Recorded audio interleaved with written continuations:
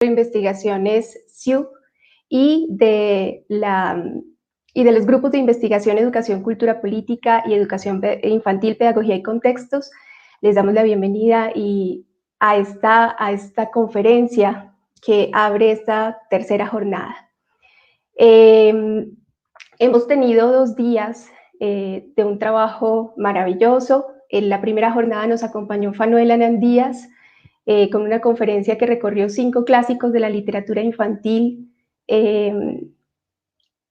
que hacen parte del canon universal. Luego ayer tuvimos el lanzamiento del semillero Literatura, Memoria e Infancia. Luego disfrutamos de la lectura de 4 libros de la literatura infantil latinoamericana a través de las ponencias de las profesoras Cindy Díaz Vetter, de la profesora Sandra Rojas, de la profesora Blanca Zamudio y de la profesora Cindy Quintero. En la tarde estuvimos en un panel dedicado a pensar la censura en la literatura infantil latinoamericana.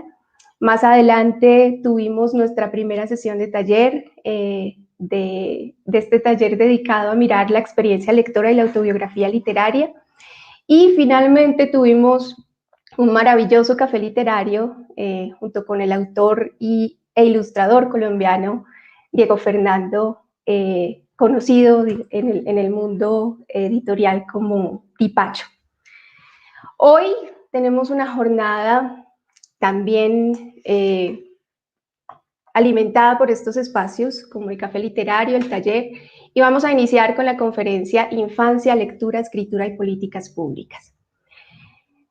En esta relación que hemos venido realizando entre infancia, literatura infantil, escuela, no podíamos pasar por alto una de las posibles formas de ver esta relación, que es a través de las políticas públicas. Y nadie mejor para hablarnos de este tema que Silvia Castrillón. Silvia es experta en políticas públicas de lectura y escritura y participación de la sociedad civil en su formulación. Ha sido muy activa en la creación de asociaciones que justamente han puesto la voz de la sociedad civil en la formulación de estas políticas públicas.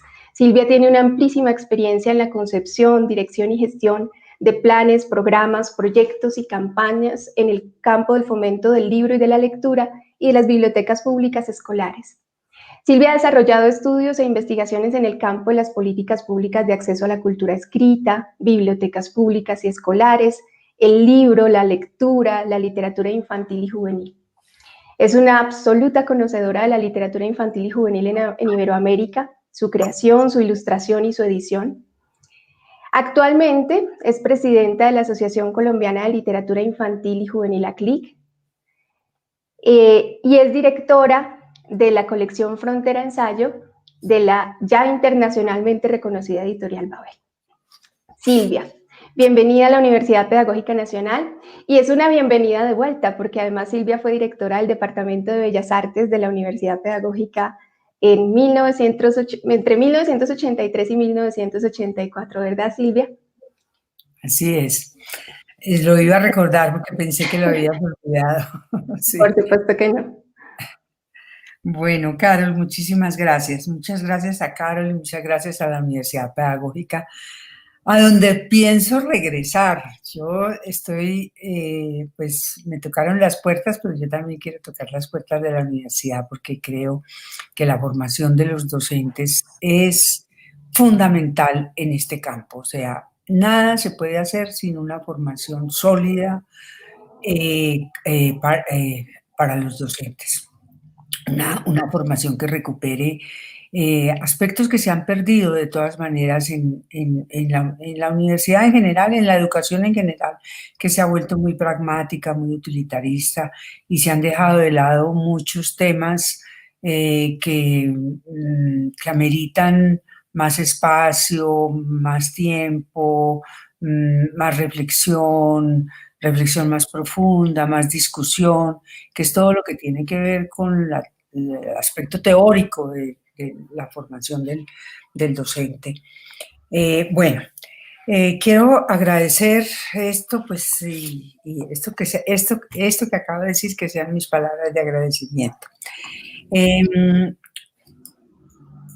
Voy a empezar con un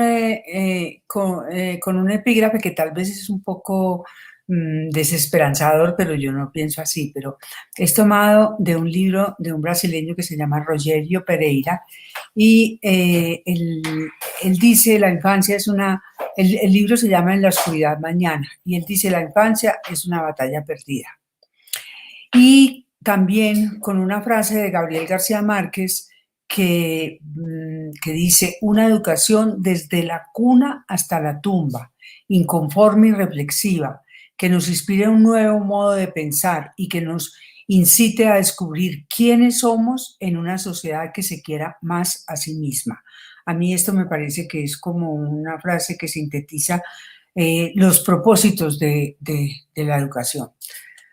Bueno, antes de comenzar, quisiera rendir un modesto homenaje a la escritora argentina Graciela Montes, cuya lucidez ha permitido conducir por caminos diferentes del sentido común, casi siempre alinderado y apropiado por el poder, muchas reflexiones sobre la lectura, la escritura, la literatura y la infancia. Dice Graciela en un libro que reúne una serie de ensayos que tratan de diversas formas mediante los cuales los adultos confinan a la infancia en diferentes tipos de corrales, dice ella. Dice, abro comillas, la infancia es un asunto privado y público al mismo tiempo. Y más adelante afirma que los responsables del bienestar o malestar de los niños son los adultos. Digo esto porque cuando se enuncian los derechos del niño o cuando la prensa se escandaliza por situaciones de abuso, maltrato o abandono infantil, suele saltearse el capítulo de las responsabilidades. La segunda cosa que quiero decir, dice Graciela, es que los niños suelen sufrir la misma suerte que sus propios padres en el mundo, que el bienestar o malestar de los padres los compromete necesariamente a ellos y que es casi imposible proponer el bien de los niños sin ocuparse también del de sus padres. A partir de lo anterior me atrevo a afirmar que por una parte hay confusión en el momento de determinar cuándo este tema es un asunto público y cuándo es privado, y cuándo es preciso intervenir y cuándo no. Y por otra, que con frecuencia resulta demagógico todo el discurso sobre los derechos de los niños si al mismo tiempo no se proponen acciones serias para que los adultos que se ocupan de ellos, tanto padres como maestros, puedan ejercer esta responsabilidad en condiciones mínimas favorables. Para iniciar, haré un corto relato de la historia de las políticas públicas en la región. Políticas de lectura primero, de lectura y escritura posteriormente, o de acceso a la cultura escrita como se las define en la actualidad. Y este cambio de denominación encierra también un cambio de perspectiva. Me referiré luego a las políticas de infancia, especialmente cuando éstas han incorporado el tema del lenguaje, y centraré mi intervención en algunas preguntas, no para dar respuesta a ellas, sino con la intención de proponerlas como temas de futura discusión. Las políticas de lectura. Bueno, desde hace un poco más de 3 décadas se ha venido planteando en la región la necesidad de formular políticas públicas de lectura y escritura desde diferentes instancias, públicas y privadas, personales e institucionales, y como medio para luchar contra la exclusión, pero también desde otros intereses y con otros fines, no necesariamente sociales.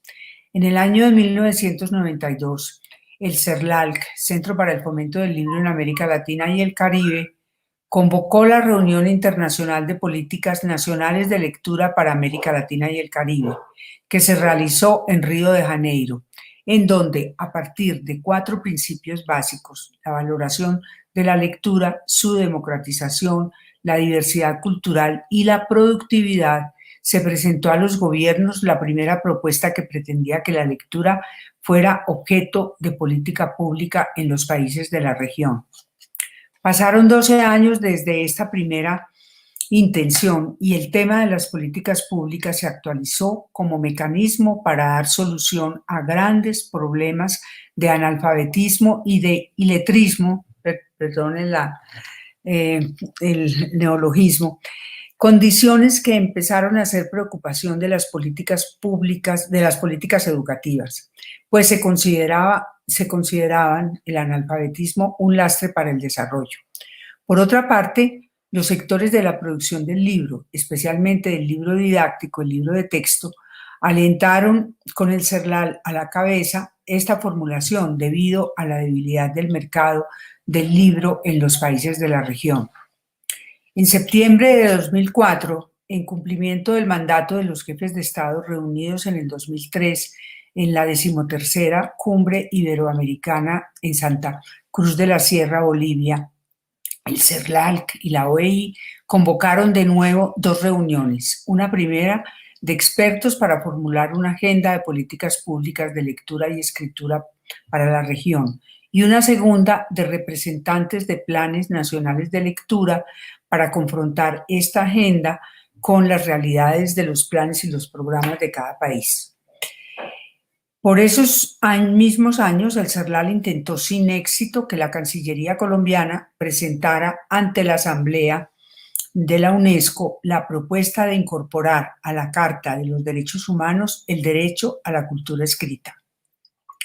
Todas estas propuestas tuvieron un componente muy importante de participación de la sociedad civil organizada en Colombia, en la Asociación Colombiana de Lectura y Escritura, en consejos locales y municipales de lectura y escritura que funcionaron durante un tiempo largo, unos 10 años.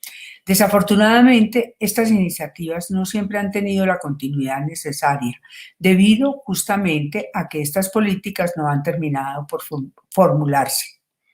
Es conveniente recordar que los discursos acerca de las políticas públicas de lectura y escritura han estado enmarcados dentro de los retos educativos que se han planteado en los países de la región y que en suma tienen como propósito insertarse en una sociedad tecnológica y proponen la lectura y la escritura como instrumento para alcanzar las metas propuestas por la sociedad de la información y en últimas por la sociedad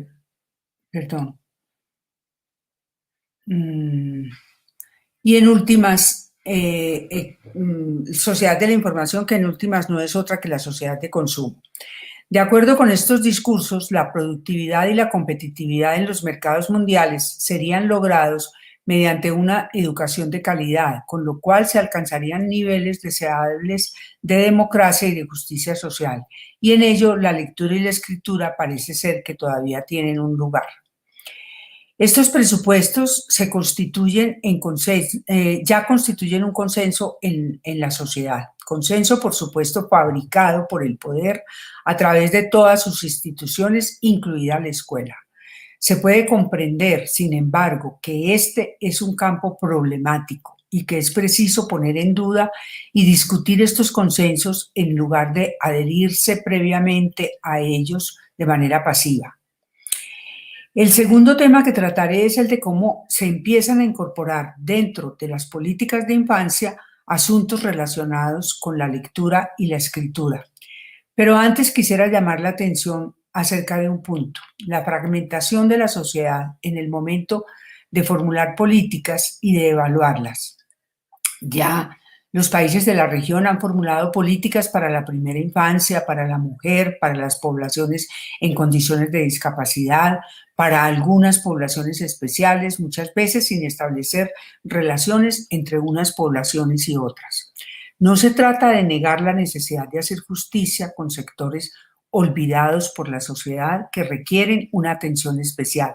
Pero una fragmentación conduce a olvidar las palabras de Graciela Montes, que los derechos de unos dependen de los derechos de otros, dependen de la satisfacción de los derechos de los otros y de las condiciones de quienes responden, en este caso por los niños, es decir, repito, sus padres y sus maestros. No basta con hacer grandes inversiones en una faja etaria si al mismo tiempo se abandonan las otras, y no solo las de los responsables, sino también de aquellas a las que los niños muy pronto accederán porque rápidamente se convierten en jóvenes.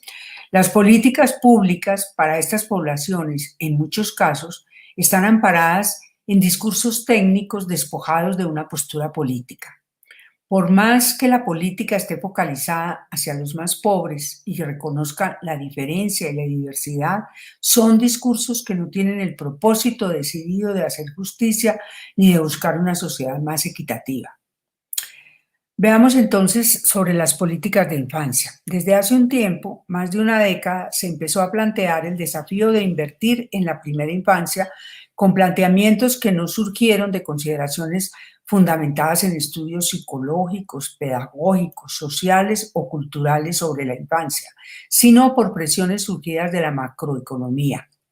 Algunas veces se empezaron a alertar sobre las desastrosas consecuencias económicas, óiganse bien, económicas, ocasionadas por la falta de inversión en la primera infancia, o sea, que se consideraba una inversión, o se considera. En estas consideraciones, lo que importa no son los niños de hoy, sino una infancia que constituye el futuro económico del país, pues estos niños rápidamente se convertirán en adultos y por lo tanto en ciudadanos, pero especialmente serán los trabajadores que requiere el desarrollo y los consumidores que requiere el mercado.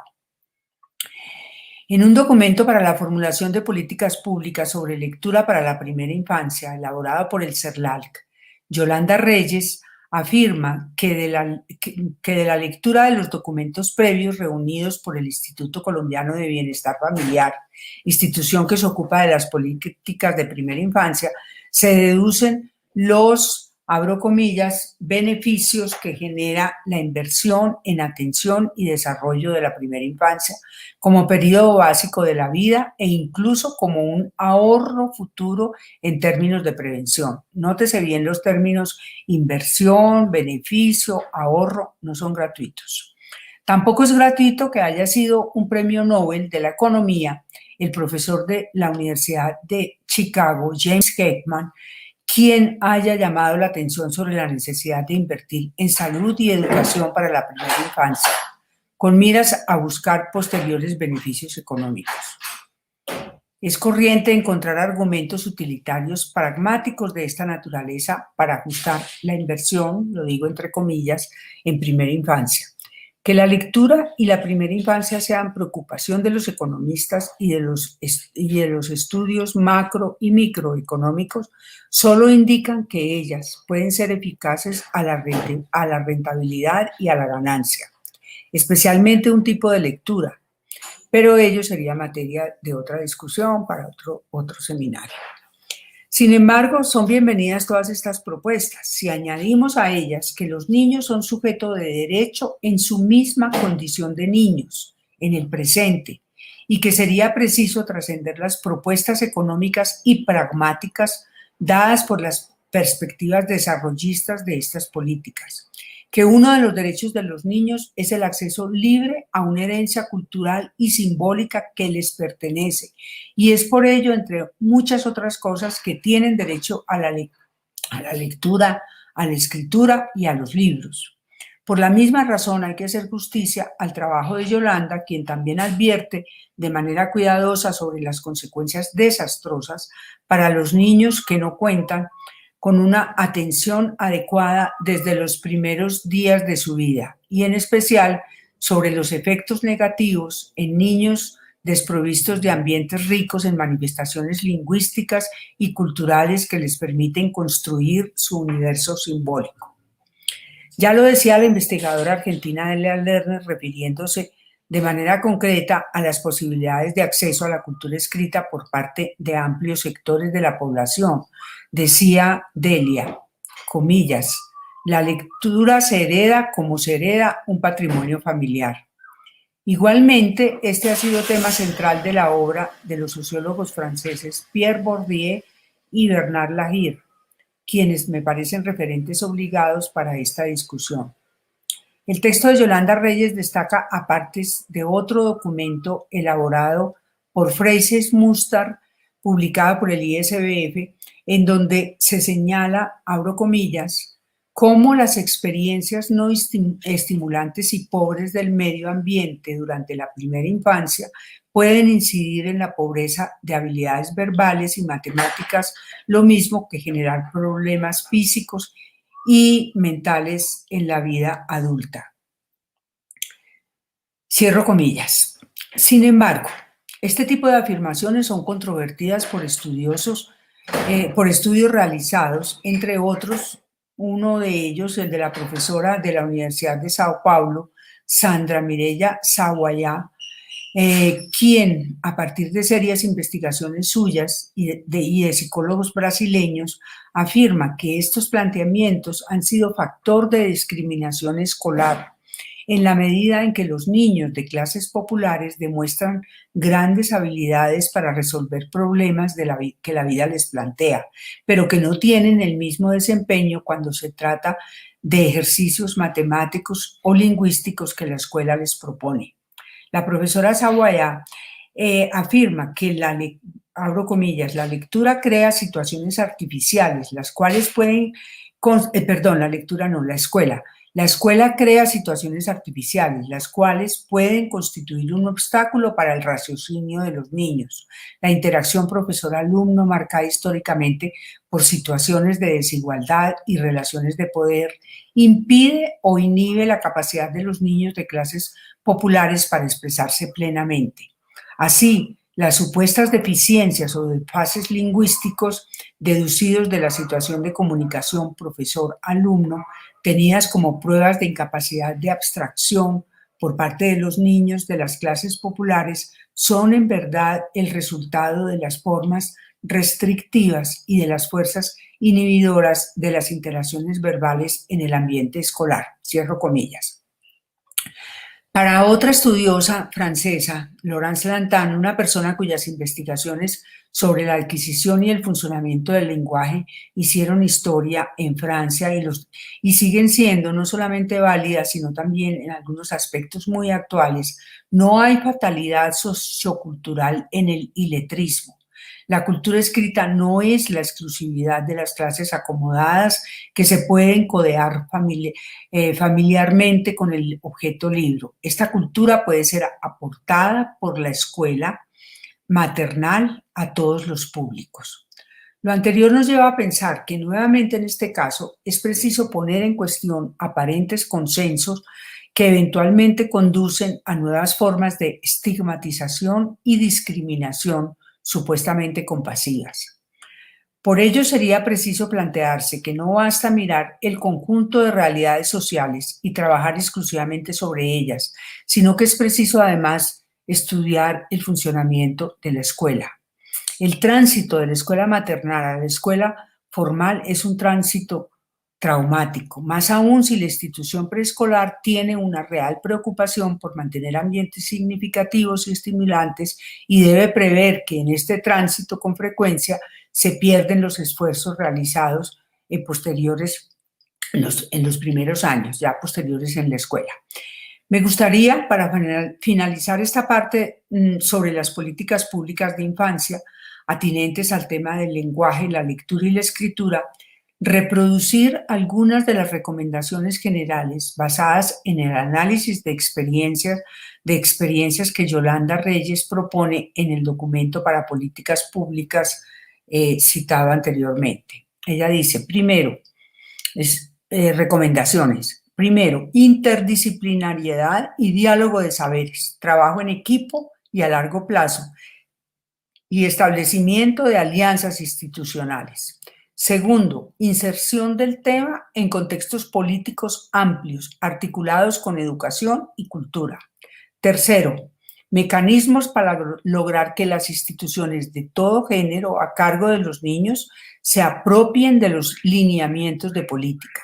Y cuarto, trabajo en la formación de mediadores, a los cuales yo agregaría la necesidad de la participación de la sociedad civil, pero especialmente, cuando hablo de sociedad civil no estoy hablando de la sociedad en general, estoy hablando especialmente de comunidades académicas y de investigadores que hayan avanzado en una reflexión que permita develar lugares comunes en la formulación, ajuste o actualización de las políticas, y la creación de espacios de reflexión y discusión que puedan hacer contrapunto al sentido común y llegar al fondo de las cuestiones.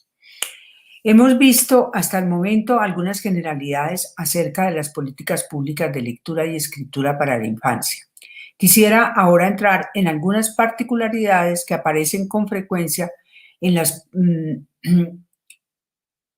políticas públicas a manera de líneas de acción y que tienen que ver con temas que de manera permanente deben ser materia de reflexión. Estos puntos que se admiten como consensos no agotan la discusión y deberían ser materia de controversia futura. Primero, el ingreso del juego, de lo lúdico, los argumentos asociados con el placer como mecanismos para lograr el interés de los niños. Segundo, la calidad de los acervos, de las colecciones, de los libros que se proponen y los planes de dotación de bibliotecas públicas y escolares. Tercero, la formación de mediadores. Es la formación de profesores, pero pues se habla de mediadores porque pues hay otras personas que también intervienen en este proceso. Cuarto, la evaluación de las políticas. El primero, que es el tema del juego. El juego es utilizado como gancho para atraer a los niños a la lectura. Ha despojado a la lectura de su sentido como medio de significación y de conocimiento y la ha frivolizado, asociándola con la recreación, la evasión y el consumo. Tiene también algunos de los representantes de los sectores de la producción del libro han sacado provecho de esta situación proponiendo libros cada vez más intrascendentes. Desde libros con los que se pueda jugar, libros que se limiten solamente a eso, a ofrecer posibilidades de un juego intrascendente. Desde sus primeros años de vida, el niño necesita elementos que le permitan crear un universo simbólico, buscar sentido acerca de los sentimientos contradictorios que se albergan en su interior, sobre sus temores, sus esperanzas, en fin, sobre el mundo que lo rodea, ir más allá de las apariencias y apropiarse de una herencia cultural que lo conecta con la humanidad. Y para ello, el libro y la lectura pueden ser medios para encontrar algunas respuestas o por lo menos para plantearse y elaborar estos temas en el ámbito de lo simbólico. Hace ya casi 40 años, la investigadora francesa Laurence Lantan, ya mencionada, decía, abro comillas, el niño que aprende a pensar, a hablar y a leer no es un niño pequeño que juega a pensar, a hablar y a leer. Es un pensador, un hablante y un lector. Hasta aquí las palabras de Laurence Lantan. Por otra parte, el juego, que es un acento serio, aunque no solemne, como lo dice Graciela Montes, es colonizado por el adulto. El uso pragmático del juego como gancho para la lectura resta el poder de la fantasía y de la imaginación, lo pone al servicio del consumo, despoja la lectura de su sentido y con ello se le niega a los niños la posibilidad de encontrar el valor que ésta podría tener en sus vidas, más allá de una distracción intrascendente. El poder de la lectura se debilita con actividades lúdicas y recreativas de animación a la lectura. Se rebaja la experiencia estética a una vivencia despojada de todo sentido. Por su parte, la edición para la primera infancia, no toda afortunadamente, hace eco de estas propuestas con libros que reproducen situaciones banales y en general con una oferta homogénea e intrascendente. Todo esto tiene consecuencias en diversos niveles de la formación del niño. Abro comillas para unas palabras de George Jean, también un francés, que recomiendo enormemente. Tiene un libro que se llama Los senderos de la imaginación infantil, que les recomiendo a todos los educadores. Él dice, los niños de hoy, que siguen siendo niños, son víctimas en todos los terrenos de lo que con gusto llamaré las enfermedades de la dispersión. Esto lo dice en un libro en donde hace un análisis del pensamiento de Bachelard sobre la infancia y la pedagogía. El juego intrascendente con el que se propone, con el que se propone la lectura, refuerza lo que proponen los medios de comunicación para empeorar esta enfermedad de la dispersión de la que habla George Jean, de consecuencias aún no investigadas de manera suficiente, pero cada vez con más secuencia tardada farmacológicamente. Por otra parte, todas las propuestas que preconizan el juego, que repito, como lo dice Graciela Montes, es un asunto serio y es una de las formas de conocimiento que tienen los niños, pero que pierde toda su potencia creadora cuando el adulto lo utiliza para llamar la atención del niño. Todas estas propuestas están emparentadas con las que ofrecen la facilidad y el simplismo. Niegan no solo la capacidad, sino también la disposición que desde su más temprana edad tienen los niños para acometer tareas difíciles, para estudiar, para intentar, incluso con esfuerzo, descubrir lo que hay detrás de la superficie y de las apariencias. En segundo lugar, la calidad de los acervos. El tema de los libros que se ofrecen a los niños, los factores y los criterios que se ofrecen en su elección es materia también de controversia y de debate, que por el momento lo va ganando la vulgarización demagógica.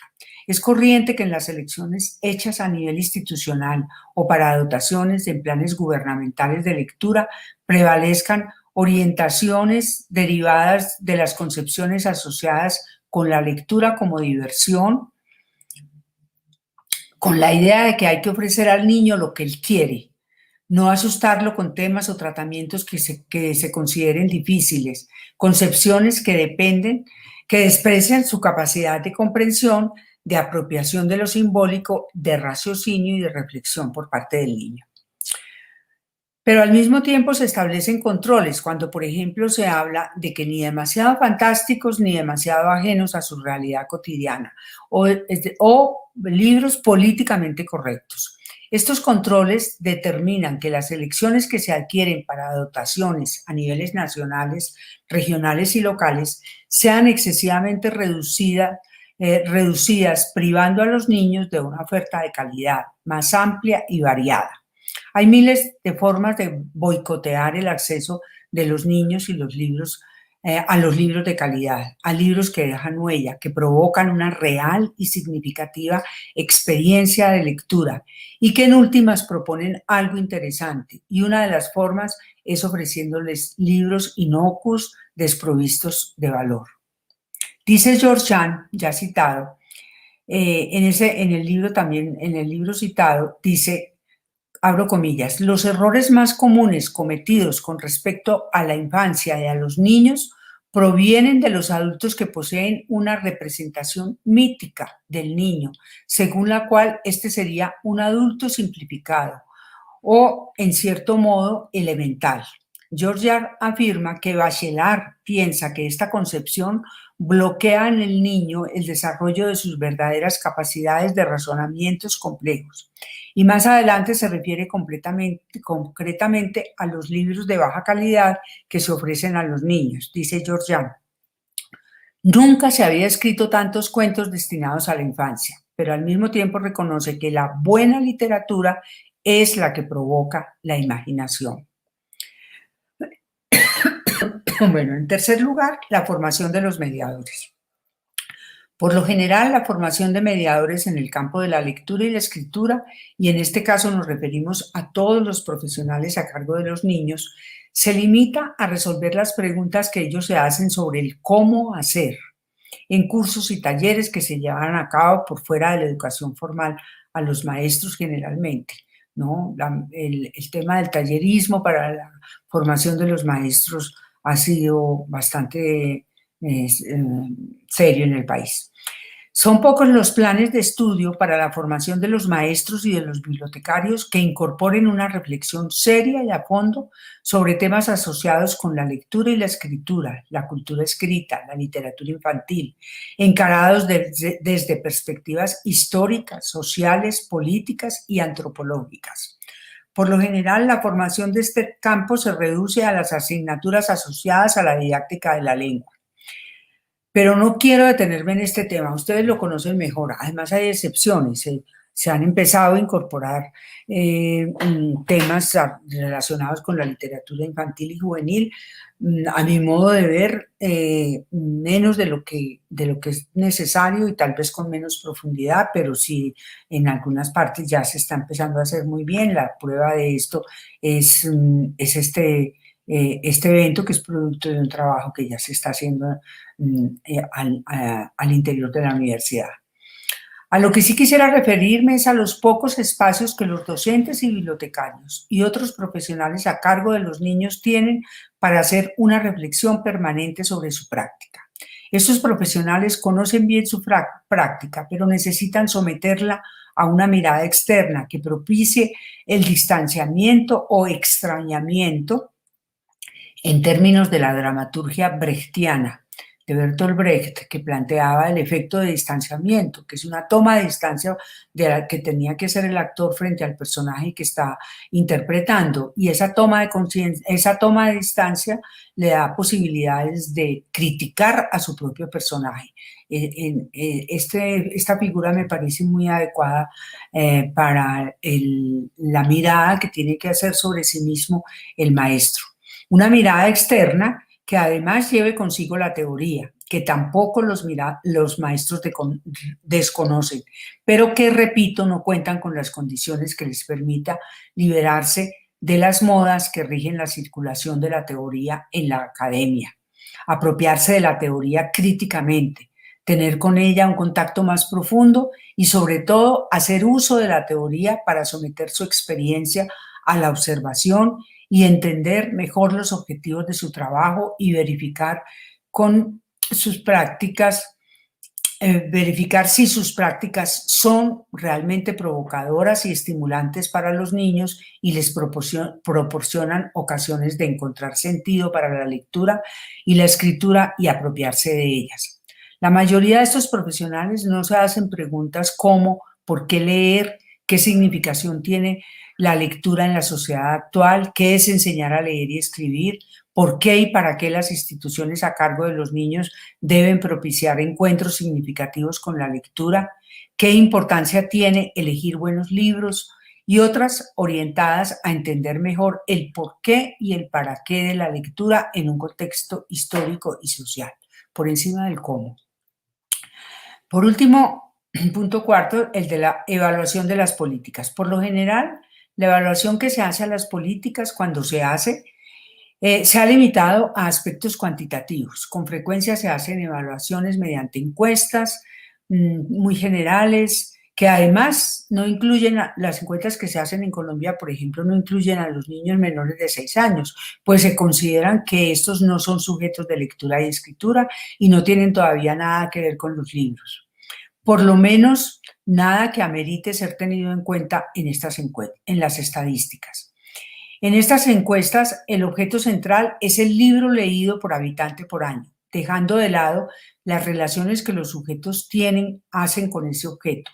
Salvo pocas excepciones muy locales, no es corriente adelantar evaluaciones de carácter cualitativo que permitan entender de qué forma las políticas y los programas de fomento de la lectura ofrecen a las personas y a las comunidades condiciones efectivas de apropiación de la cultura escrita y si ésta puede tener algún impacto en la calidad de sus vidas. Se han propuesto algunos modelos muy generales y poco adecuados a las condiciones de cada territorio y de cada comunidad, encaminadas a validar las políticas públicas de acceso a la cultura escrita como objetivo de las políticas de desarrollo económico o a la eficiencia de algunas instituciones como las bibliotecas.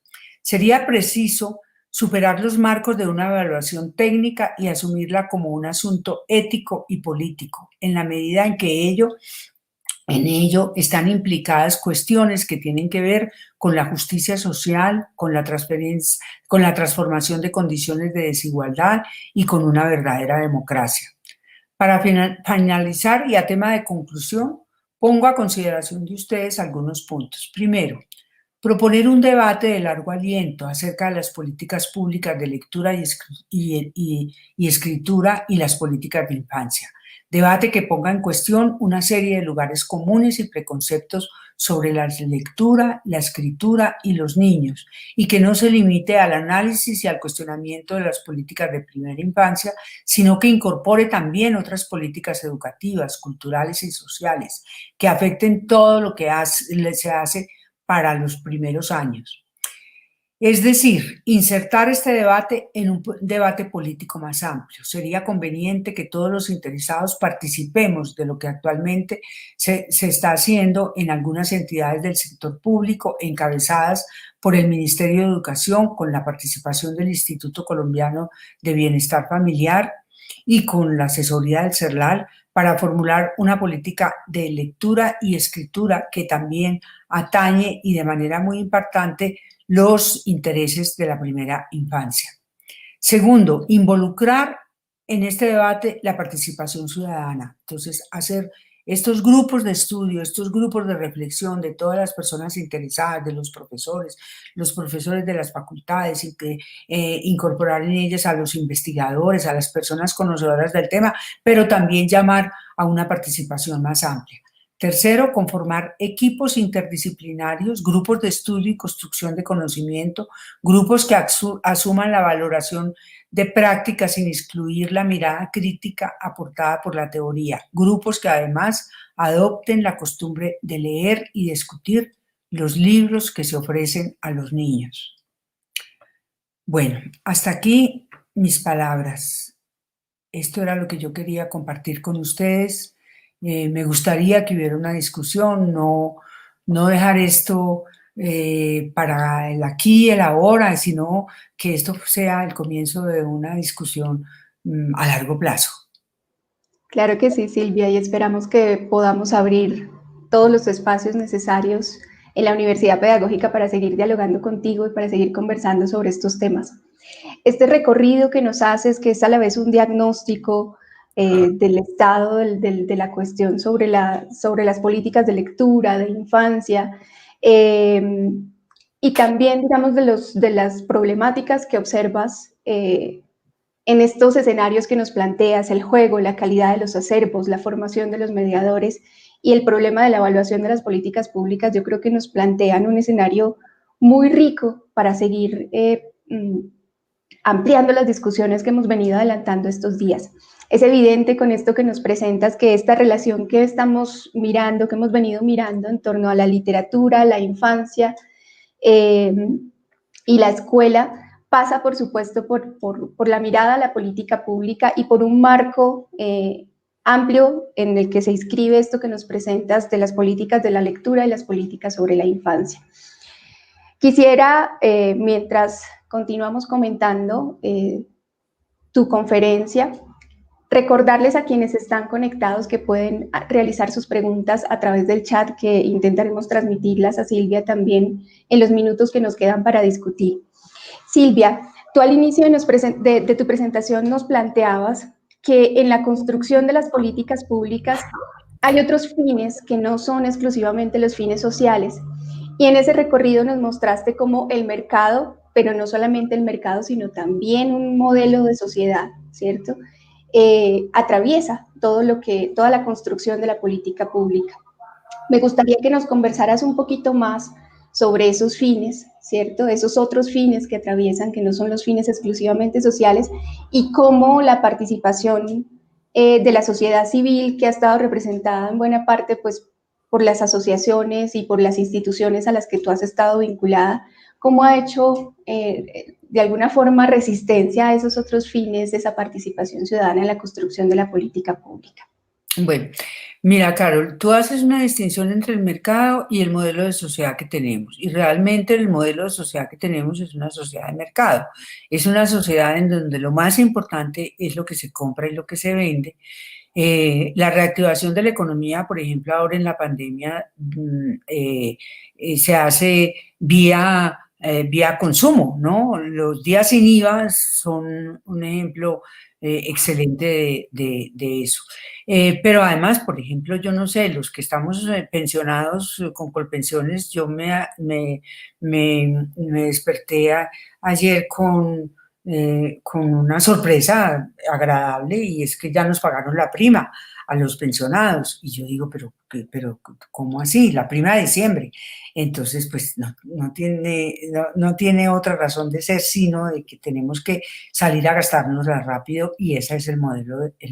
Y de eso no se excluye una política de lectura y escritura está muy afectada por eso, porque los sectores de la producción del libro y de la circulación del libro, que entre otras yo no estoy, son necesarios, es necesario que haya editoriales que produzcan libros y que produzcan libros de muy buena calidad y que los libros circulen en el mercado y existan las librerías, eso es importantísimo, fundamental, pero sus intereses no deberían reducirse a los intereses económicos exclusivamente, ¿no?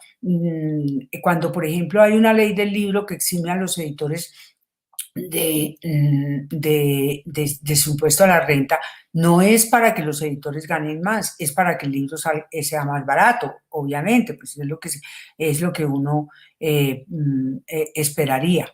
Entonces, esos sectores son sectores que hacen un lobby muy fuerte frente a los estamentos gubernamentales que están formulando la política. Quieren, por supuesto, que sus intereses estén representados en esas políticas en primer lugar y es muy corriente que en muchas ocasiones sean esos sectores incluso los únicos que participan activamente porque, porque es parte de su trabajo, ¿no? En cambio, nosotros no sentimos que sea como parte de nuestro trabajo el participar en la formulación de una política pública, no nos sentimos concernidos con ello y necesitamos realmente que este debate, esta discusión se empiece a circular dentro de los grupos de maestros, los grupos de profesores, las asociaciones de profesores, bueno, no sé de qué manera establecer grupos. Yo lo que propongo es que sean grupos que al mismo tiempo que leen los libros que les van a proponer a los niños y que entonces y con ello vayan refinando su gusto por la lectura, vayan aprendiendo qué es una cosa buena y vayan descartando lo que realmente puede ser sobrante y vayan refinando este grupo, también al mismo tiempo se vayan analizando cuestiones realizadas con cómo mejorarlas, que es en última la política. ¿Qué es la política? La política es cómo se pueden mejorar las condiciones de apropiación de la cultura escrita por parte de la población. Esas condiciones de apropiación requieren inversiones por parte del Estado para que realmente sean condiciones satisfactorias, buenas bibliotecas escolares, buena formación de los maestros, espacios dentro de las escuelas para hacer todas estas discusiones. Todo esto requiere una decisión del Estado, pero impulsada por una participación de la sociedad civil.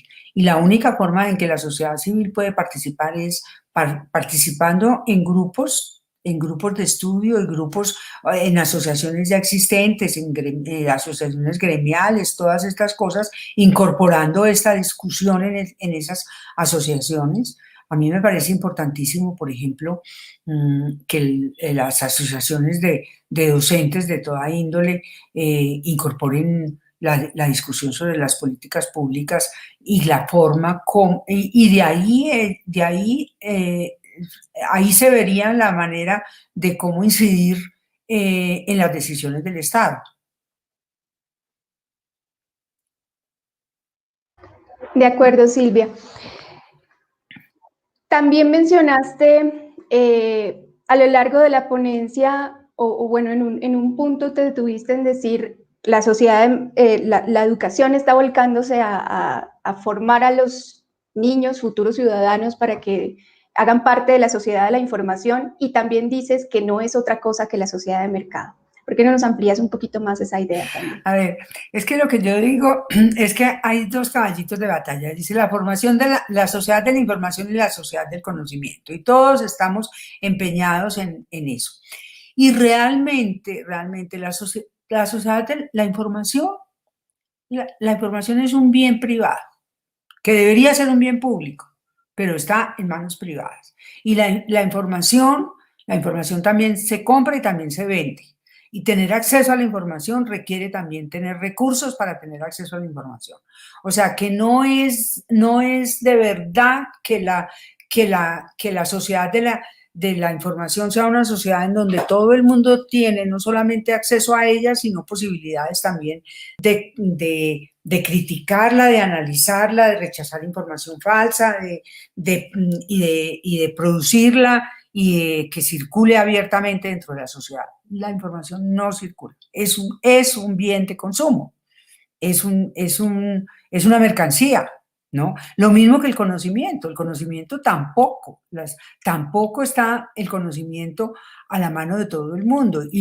Y seguramente, bueno, yo sí creo con Emilia Ferreiro, que el maestro y los niños producen conocimiento a nivel del aula, pero eso no significa que ese conocimiento vaya a tener un valor dentro de la sociedad y que si tiene un valor, alguien se va a apropiar de él, ¿no? Si es un conocimiento, ténganlo por seguro, si un niño descubre algo muy importante, va a haber detrás quien pueda hacer de eso algo muy rentable. Entonces, son asociadas a la sociedad de consumo, tanto la información como el conocimiento son objetos de consumo, que se compra y que se vende. Muchas gracias Eso no por esa quiere decir que reflexión. no. ¿Cómo? No, que muchas gracias por esa reflexión, te estaba diciendo, continúa. Es difícil, es difícil.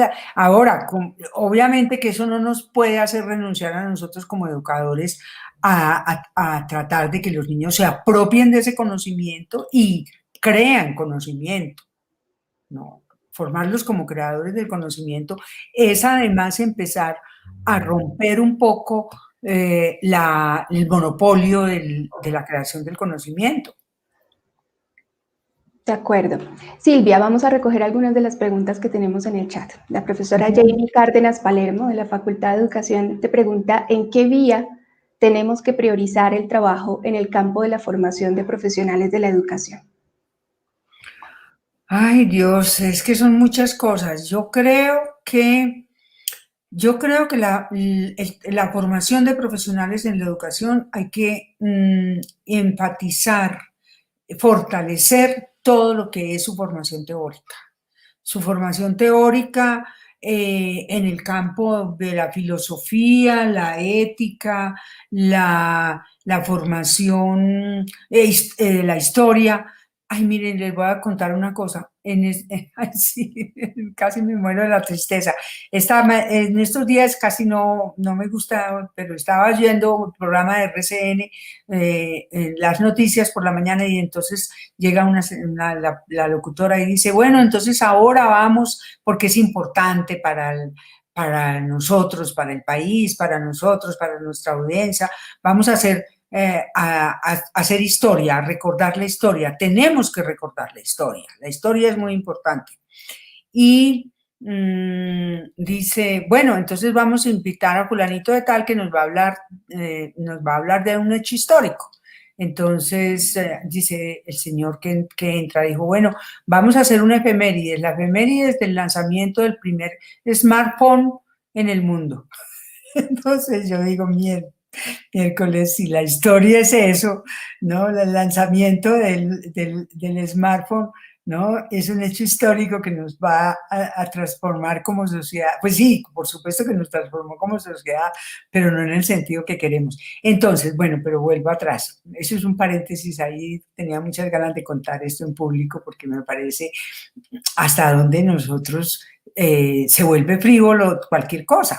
La historia, entonces, la frivolizamos el asunto. Entonces, el estudio de la literatura, el estudio de la crítica literaria, el estudio de la teoría me parece fundamental para reforzar los planes de estudio de los profesores de todos los niveles y de todas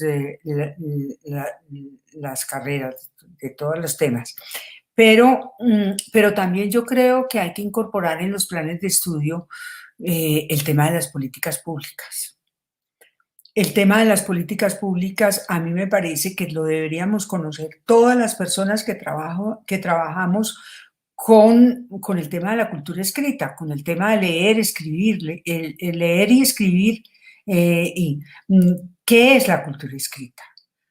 ¿Cuál es la relación entre oralidad y escritura? Porque ahora se proponen lectura, escritura y oralidad, como si fueran cosas distintas, ¿no? Excluyentes entre sí, y sin pensar que que el lenguaje es una cosa integral, en donde lectura, escritura y oralidad se alimentan las tres de una manera que uno no sabe cuál es primero y cuál es después, es como el huevo y la gallina.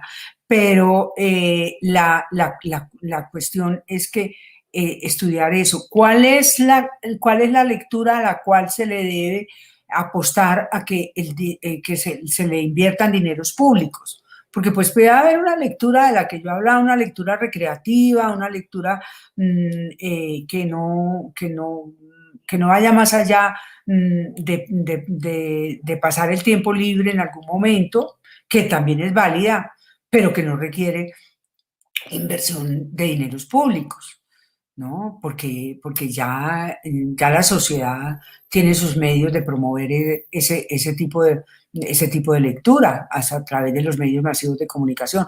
Entonces, el tema de la política pública, ¿qué es la política pública? Cómo se construye, cómo se formula, qué es una política diferente de un plan, cuál es el objeto de la política, o sea, qué es la cultura escrita. Todas esas cosas deberían estar incorporadas en los planes de estudio. Entonces, en resumen, le repito a la profesora, la teoría, hacer más énfasis en la teoría y con ello, y la lectura y la literatura, ¿no? Yo diría que uno debería estar permanentemente leyendo obras clásicas, ¿no? Grupos de lectura en donde se lean y se discutan las obras clásicas, porque es que las clásicos nos dan a nosotros algo muy importante, que son criterios para analizar lo demás, ¿no? La obra clásica se constituye de alguna manera, pues hay mucha gente que no le gusta esa palabra, en modelo, pero es un modelo, ¿no? No posiblemente en un modelo a seguir al pie de la letra, pero sí es, digamos, algo a lo que los demás, la otra producción también debe aspirar a tener esa categoría pues, de clásico. Cualquier obra que se produzca ahora debería producirse con la intención de convertirse en clásico en algún momento. Y eso sería pues muy bueno que eso se incorpore a los planes de estudio. Claro que sí. Bueno, yo creo que esto es una reflexión que nos queda muy importante para pensar también en la Facultad de Educación, ¿no? Para ver qué lugar está teniendo en la formación. Tú lo decías, de los maestros de todas las disciplinas, ¿no? Pero en particular en la Facultad de Educación sí nos convoca pues esta pregunta a cuál es el lugar que tienen las políticas públicas de lectura, escritura y de infancia en la formación de maestros, ¿no? Y cómo posibilitamos que se amplíen los espacios para que se dé esa formación. Pero en todas, Carol, porque fíjese, por ejemplo, Ujú. las personas que están estudiando letras y que con miras a convertirse en creadores, en escritores, también necesitan conocer las políticas públicas y necesitan intervenir. Hay políticas del libro, hay leyes del libro, de derechos de autor que los afectan profundamente en su desempeño profesional como creadores. Entonces, yo diría que en todas las carreras que tienen que ver con la palabra escrita, tiene que, deberían incorporarse eso. Bien. Silvia, en alguna de nuestras conversaciones decías que estabas absolutamente en contra de los planes lectores y por ahí en el chat leí algunas, bueno, de la forma como se han realizado estos planes lectores y cómo ha terminado también siendo parte del mercado editorial. Cuéntanos, ¿cuál es tu postura en relación con esto? A mí me parece que lo que pasa es que la escuela es un mercado muy importante para la edición. O sea, el mercado más importante para la producción editorial es tal vez la escuela. Es un mercado cautivo, es un mercado pues obligado, y producir para la escuela es una manera de, pues, de, de responder, pues, no, de tener un lugar importante dentro de la creación del libro. Los textos escolares, por un lado, y los planes de estudio, los planes, el plan lector, dices, de los libros que se producen exclusivamente, pues lo que pasa con eso es que de alguna manera son, son excluyentes de la diversidad. Se plantean como esto es lo que hay que leer y por fuera de eso no se necesita. Además, esos planes por lo general están acompañados con unas propuestas sobre cómo leer esos libros, ¿no? Que también restringen no solamente, digamos, el contenido mismo del libro, sino las prácticas mismas de lectura. No condicionan qué se lee primero, qué se lee después, cuáles son las preguntas a las cuales hay unas preguntas, se lee con miras a responder a unas preguntas que van a estar al final. Entonces se pierde toda la posibilidad de una lectura un poco más, de una experiencia de lectura más enriquecedora y más personal, menos organizada de acuerdo con unos objetivos muy escolares. Por otra parte, yo sí creo que estos planes de lectura, que algunos tienen libros excelentes y no lo puedo negar, no lo puedo negar, hay libros excelentes dentro de los planes, la mayoría no lo son, la mayoría son libros muy mediocres. Habiendo en el mercado, o sea, eso lo que es como el plan lector ataca algo que es la diversidad, está en contra de la diversidad y de la autonomía del maestro de elegir este sí, este no. Puedo elegir un libro de cada tema, de cada editorial, de cada autor, o todos de un mismo autor, si quiero hacer, si lo que quiero es hacer un estudio a fondo sobre el autor, sobre fulanito de tal, o sobre una época, ¿no? El maestro debe tener un poco de más formación, por un lado, para poder tener la autonomía necesaria para elegir y no que le elijan desde afuera lo que él tiene que incorporar en el aula. Formar sus propios acervos, como una de las recomendaciones que Claro, tú como planteabas. es lo que dice además Aidan Chambers, que es un autor que recomiendo, tiene unos libros sobre el tema de la lectura, pero sobre todo es un escritor ganador del premio Andersen, es un escritor de libros para jóvenes. Él dice que cada bibliotecario, cada promotor, cada maestro debe tener su propio acervo, ¿no? Y un acervo que además, su propio canon, ¿no? Que es un canon que se va modificando, se van retirando, uno va sacando cosas, incorporando otras nuevas de manera permanente. Una de las cuestiones que planteaba sobre cómo hay libros de muy buena calidad, pero que incluso esos libros de muy buena calidad en los planes lectores terminan siendo pasados por la tarea escolar, ¿no? Que es uno de los inconvenientes. Y eso nos implicaría entonces pensar un lugar para la literatura en la escuela que no está atravesado necesariamente por la lógica de la tarea escolar que conocemos, ¿no? Por ejemplo, esto de que haya unas preguntas que se van a resolver al final sin que haya una mayor fuerza y un mayor énfasis en lo que sería la experiencia estética del niño frente al libro. Sí, puede ser que se creen otros espacios. Yo digo que deberían crearse unos espacios en donde no solamente los niños lean, sino también todos los adultos que están dentro de la escuela también lean.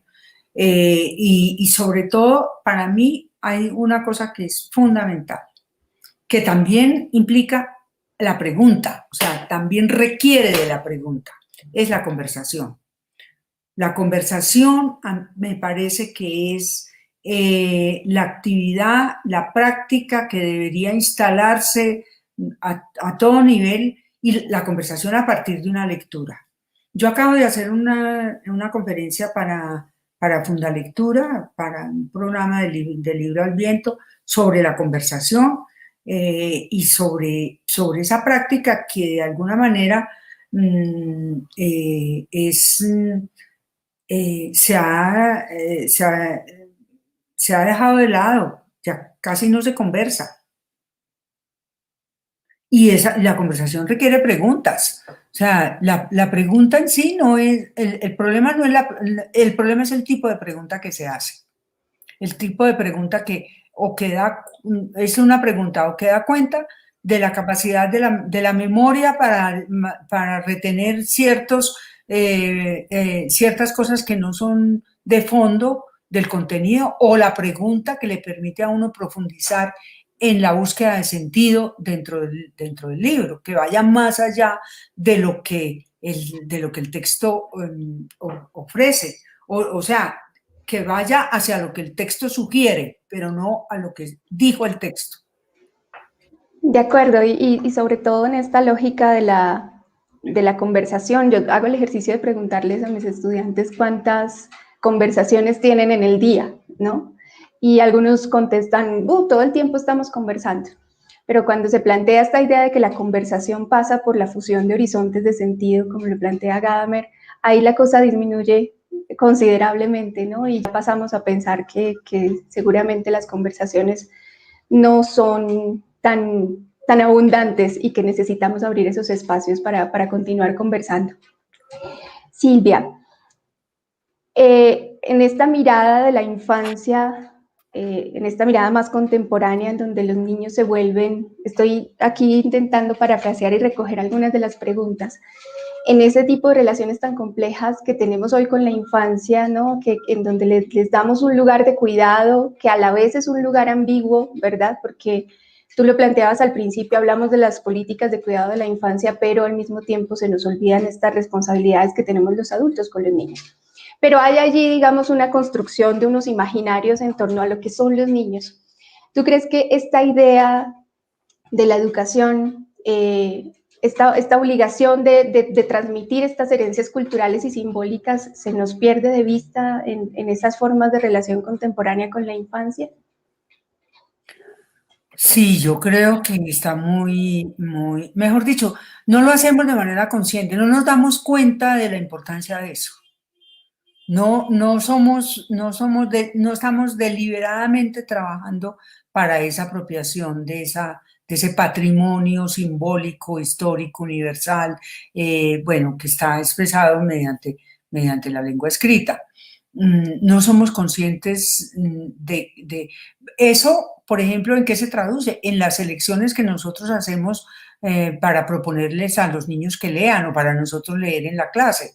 si nosotros tuviéramos un poco más conciencia de esa necesidad de apropiación de ese patrimonio simbólico, seríamos muchísimo más cuidadosos en las selecciones de los libros.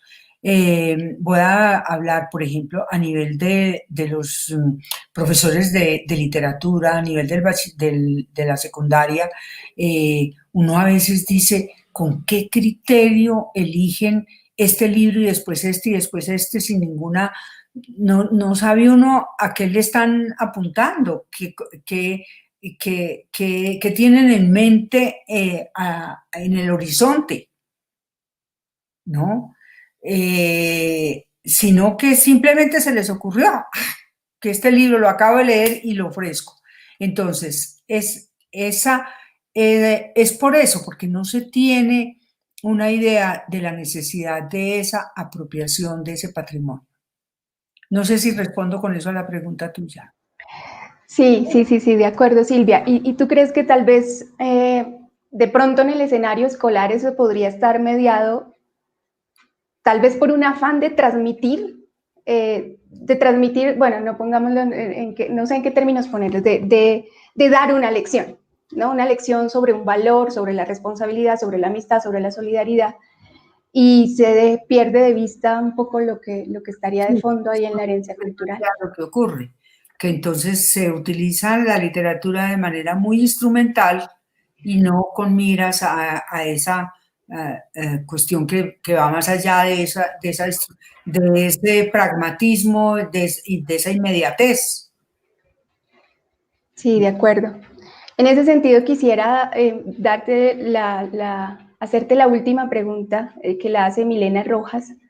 ¿Cómo lograr entonces en estas reflexiones que estamos haciendo un acercamiento significativo a la literatura en la primera infancia? ¿Y cuáles crees que son las dificultades que se presentan en este proceso? Eso daría para otra conferencia seguramente, pero... A ver, yo lo primero que pienso es que el mediador, el maestro, la persona tiene que ser muy buen conocedor de la literatura, de los libros para la primera infancia. Tiene que ser buen lector de esos libros. Tiene que tener la capacidad de distinguir entre lo que realmente puede ser estimulante y puede ser recordado a largo plazo por los niños, o los libros intrascendentes que se olvidan de una vez hecha la lectura de un libro en la clase. Entonces, tener criterio para la selección y hacer muy buenas selecciones muy bien pensadas. Puede que se equivoque, no. Puede que la selección que hizo el maestro no sea la que yo hubiera hecho. Yo diría que los maestros de un preescolar o o de una escuela deberían hacer esas selecciones en grupo, porque en grupo uno pues aprende mucho, aprende de los demás y enseña al mismo tiempo. Entonces, Y conversa. y conversa, exactamente. Entonces, hacer esas selecciones en grupo podría ser un motivo para conversar, justamente, para abrir esos espacios, tener un conocimiento de la oferta y llevar libros que realmente sean significativos, que, libros que uno sabe, no en todos los niños, por supuesto, porque todas las sensibilidades son diferentes, pero que pueden impactar la sensibilidad del niño, que pueden dejarlo pensando en un tema fundamental, en un tema importante, ¿no? Se murió la abuela y entonces un libro como La Nana Vieja puede ser un libro muy significativo en un momento dado. También eso es importante, encontrar el libro adecuado para el momento preciso, ¿no? Hay momentos muy especiales en donde se puede leer ciertas. Bueno, yo diría eso, leer y conversar. Es que leerles a los niños. Yo estoy de acuerdo con Daniel Pená como una novela en donde a veces él está citado de manera incompleta porque él habla de los derechos del lector y uno de los derechos que él propone es el derecho a no leer, pero él explica en qué consiste ese derecho. No, él dice, el derecho a no leer solamente se tiene cuando uno es consciente de ese derecho y uno conscientemente rechaza la lectura, pero no cuando la persona ha sido rechazada por la lectura. Entonces, porque muchos no son lectores porque se sienten rechazados, se sienten que no son capaces, que nadie les ofreció la posibilidad de comprender que eso puede ser interesante para ellos. Yo sí creo que la mejor manera es llevar buenos libros al aula, leerlos con los niños y conversar sobre esas lecturas. Y no usar esos libros como un pretexto para un juego, porque el juego saca un juego que no tenga una relación directa casi ningún juego, ni la plastilina, ni la pintura, ni la dramatización, ni nada tiene que ver, incluso la dramatización. La dramatización es una actividad importante dentro de la escuela, pero es otra cosa, hay que hacerla de otra manera. La cuestión es que cualquier cosa que se haga después de leer no nos debe sacar de la lectura que acabamos de hacer, al contrario, debe ser algo que nos permita profundizar en esa búsqueda de sentido y de emoción que produce la lectura. De acuerdo. Silvia, podríamos quedarnos conversando contigo mucho tiempo más, pero hemos llegado ya a los últimos minutos de nuestra transmisión. Muchísimas gracias por aceptar la invitación. Bienvenida de vuelta a la Universidad Pedagógica y esperamos de aquí en adelante seguirte teniendo mucho más seguido con nosotros. Ay, muchísimas gracias. aquí estoy lista. Bueno, muchas gracias. A todos los invitamos a que nos continúen acompañando en los eventos, en las actividades que nos quedan en el marco de este primer coloquio Literatura, Memoria e Infancia. En unos minutos, a las 10:30, empezaremos el conversatorio Literatura, Memoria e Infancia. En la tarde tendremos el panel Formación desde la investigación y desde la práctica, y luego tendremos segunda sesión del taller y vamos a cerrar este evento con otro café literario para justamente seguirle aportando a la formación de estos espacios en donde nos encontremos para leer y para conversar. Muchas gracias a todos por su audiencia y hasta luego, Silvia.